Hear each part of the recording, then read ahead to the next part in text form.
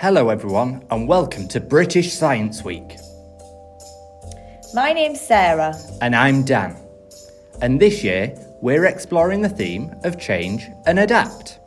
This means finding out about how things adapt to work in different environments, like in space. And we're here at Jodrell Bank in Cheshire, a really special place that's all about exploring space.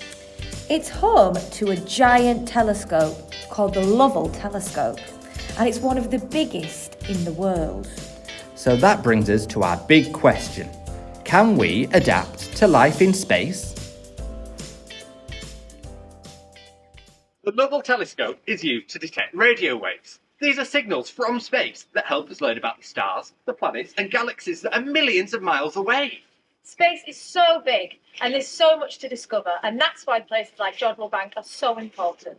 They help us learn more about the universe and how things work beyond our planet. Speaking of planets, have you ever wondered what's out there? Earth is part of something much bigger called the solar system, which is made up of the Sun and 8 other planets, including Mars, the red planet. Mars is a really interesting place, and there's so much that we can learn about it, but we will save that for later. First, let's explore our solar system and find out more about how scientists study space. We live on planet Earth. Earth is one of the 8 planets that orbit the Sun in our solar system. Let's have a look at one of our closest neighbouring planets, Mars. Mars is a rocky planet like Earth, but it's much colder. It's often called the red planet because its surface is covered in red, dusty rocks and the ground is full of sand and pebbles, which makes it very tricky to travel across. That's why scientists build special rovers called Mars rovers. This is a kind of robot car that can drive across Mars' surface and send pictures and information back to Earth. They have wheels, cameras, and lots of clever tools to help scientists learn more about Mars. But here's a question. What makes a good rover? What kind of wheels would work best on Mars' rocky surface? Join us in the classroom where we'll explore how to build and test our very own Mars rovers. Doesn't this remind you of the rocky sandy surface of Mars? This is great, Sarah. And I've got some cars here that are similar to the rovers we've just seen. Some have big wheels and some have small wheels. Now I wonder, which one do you think will travel better on our Mars-like surface?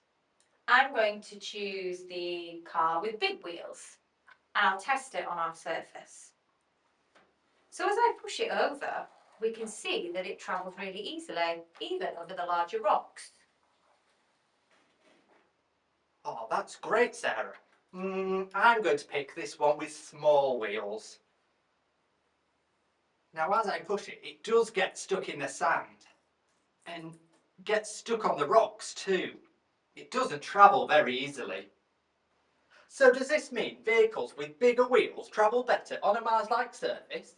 Well, we can't really compare the two vehicles as they are at the minute because the wheels are different sizes, but the size of the car is different as well. We need it to be the same in order to compare.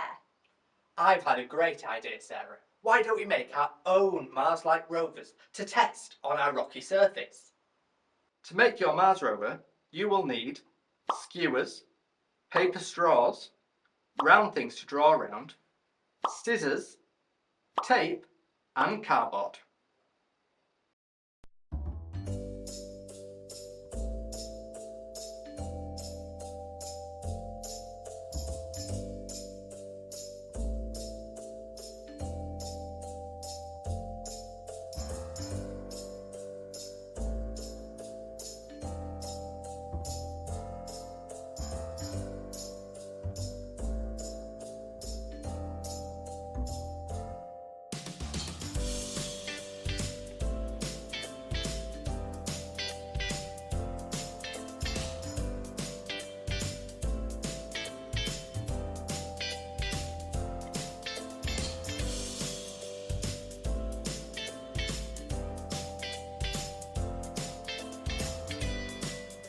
Look at our finished rovers, Sarah. They look incredible, Dan.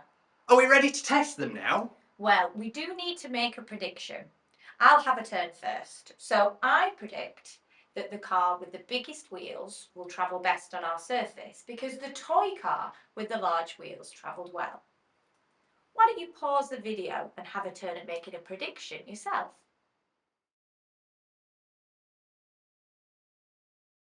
So, we're ready to test. Why don't you go first with the rover with the big wheels, Sarah? Okay, so as I push it through the sand, we can see that the large wheels are travelling really easily over the different surfaces. That's great. I'll have a go with the small wheels now. They're getting stuck in the sand, and it doesn't go over the rocks very well. Very similar to the toy car we tested earlier. So now, why don't you build and test your very own Mars rovers? Don't forget to send us your results, and most of all, have lots of fun. Happy British Science Week!